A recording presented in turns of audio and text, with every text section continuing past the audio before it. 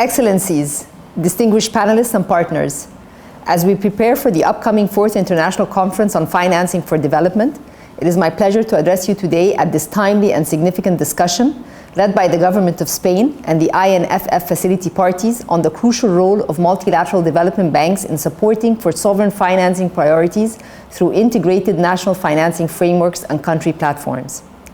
Our gathering today, after the adoption of the Pact for the Future, formulation of the preliminary Financing for Development Elements paper, as well as COP29 and many international fora, comes at the crossroads of many global and regional developments. Member states are in a rush to achieve the Sustainable Development Goals, while the global financial architecture is changing. The extreme and multidimensional poverty, unstable global economic environment, climate change, armed conflicts, indebtedness, food insecurity, inefficient management of natural resources, as well as global pandemics and many other challenges have tightened fiscal conditions and threatened the capacity of national systems around the world. The road to 2030 became full of difficulties, especially for developing countries and emerging economies, to fulfill the international commitments by 2030, while preserving our own development gains. The funding gap has surpassed $6 trillion. On average, only 6% of the SDG targets are on track to be met globally by 2030, with the remaining 84% showing limited progress or a reversal of progress, according to the Sustainable Development Report 2024. Now, more than ever, it is time for us to think outside the box, utilize innovative and unconventional financial solutions that would allow developing nations to avoid the dilemma of choosing between debt servicing and social progress. The UN Deputy Secretary General has determined 6 transitions to accelerate the SDGs based on global evidence, including food systems, energy access and affordability, digital connectivity, education, jobs and social protection, and finally, climate change. We have to work together and take these as guidance for tailoring our national key transitions and drivers of change. The increased access to innovative and just financial mechanisms such as blended finance, debt swap programs for development, empowered by country-led platforms that bring the national development priorities to the forefront of implementable solutions, have proven its effectiveness during the past period. De-risking mechanisms are a key requisite for attracting private capital, resulting in not just increased financing in prioritized economic sectors, but also allowing for allocation of public spending on human development. Public investment governance and structural reforms stimulate private sector participation in leading development efforts. The investment guarantee modalities are essential. I acknowledge the World Bank Unified Guarantee Platform and the EU Investment Guarantee Mechanism that provided additional channels for financing Egypt's private sector. Many of the international financial institutions invested approximately $900 million in Egypt's private sector companies during November 2024 alone, spanning key sectors such as climate finance, small-medium enterprises, green tourism, transformation, as well as expansion of renewable energy projects under the NWAFI program. The interconnectedness of the global financial architecture makes the challenge more complex, and development processes must follow the horizontal model, which is the true meaning of integrated development, where both infrastructure and human development are considered for better living standards. This is very obvious in the Decent Life Initiative, Haya Karima, and Takaful and Karama social protection programs. The member states recently adopted the Pact for the Future and committed to many actions, including deeper reforms of the international financial architecture, strengthening the multilateral response to support countries with high unsustainable debt burdens, improving the sovereign debt architecture, and many others.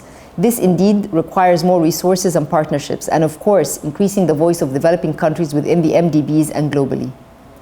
Furthermore, an incompatibility with various global initiatives, Egypt, through the Ministry of Planning and Economic Development and International Cooperation, has launched its first integrated national financing strategy on the sidelines of the 79th session of the United Nations General Assembly last September in New York. The strategy promotes sustainable development as defined in Egypt's Vision 2030 through mobilizing innovative and sustainable finance to close the financing gap and minimize future fiscal and debt risks through bunch of financial mechanisms that, anchored by multi-stakeholder partnerships, pioneer debt swaps for development programs and country platforms. Also, it focuses on measuring the financing gap for the 7 priority sectors such as social protection, health, education, transportation, women's empowerment, sanitation, and climate change.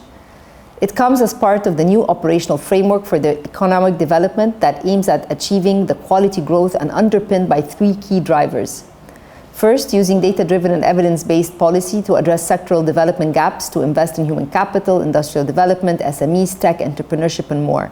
Second, building a future-resilient economy to ensure macroeconomic stability and implement structural reforms that foster competitiveness, macro-fiscal resilience, and green transitions. And third, optimizing resource allocation through an integrated framework that mobilizes domestic and international financing for priority sectors that accelerate progress towards SDGs. It is worth mentioning as well that Egypt's COP27 presidency, we launched two prominent initiatives. First, the Sharm el-Sheikh Guidebook for Just Financing, which applies 12 core principles focusing on making international finance fairer, ensuring that funding aligns with both global and national goals, and bolsters the resilience of developing economies. Second is Egypt's country platform for the nexus of water, food, and energy, our NOEFI program, which aims to accelerate the national climate agenda and provides opportunities for mobilizing climate finance and private investments to support Egypt's green transition, reflecting the interlinkages and the complementarity between climate action and development efforts. And let me here mention that we were able to mobilize close to $3 billion in the renewable sector under Egypt's country platform NOEFI. I would like to conclude by emphasizing that Egypt is committed to strengthening its partnerships with the government of Spain, INFF facility parties, bilateral and multilateral development partners towards the operationalization of the integrated national financing strategy and to exchange successful practices with different countries through agile South-South and triangle cooperation platforms. Thank you for having me today, and I look forward to our upcoming discussions and preparatory sessions during 2025, including the INFF Partner Dialogue and the Financing for Development Forum in New York in April 2025, on the path towards the 4th International Financing for Development Forum in Seville. Once again, thank you, and I wish you all a very happy and prosperous new year.